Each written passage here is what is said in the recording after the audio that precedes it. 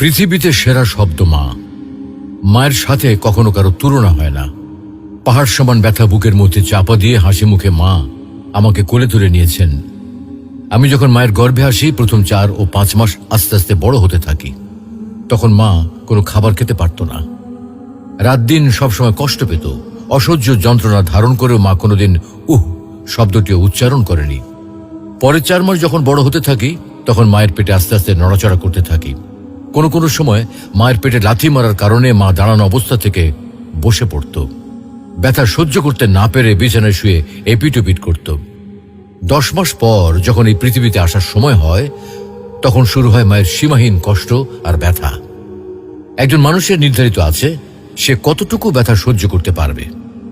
সন্তান প্রসবের ব্যথা নিয়ে বড় বড় চিকিৎসা বিজ্ঞানীরা বলেন, একটা মানুষ সর্বোচ্চ 45 ইউনিট ব্যথা সহ্য করতে পারে।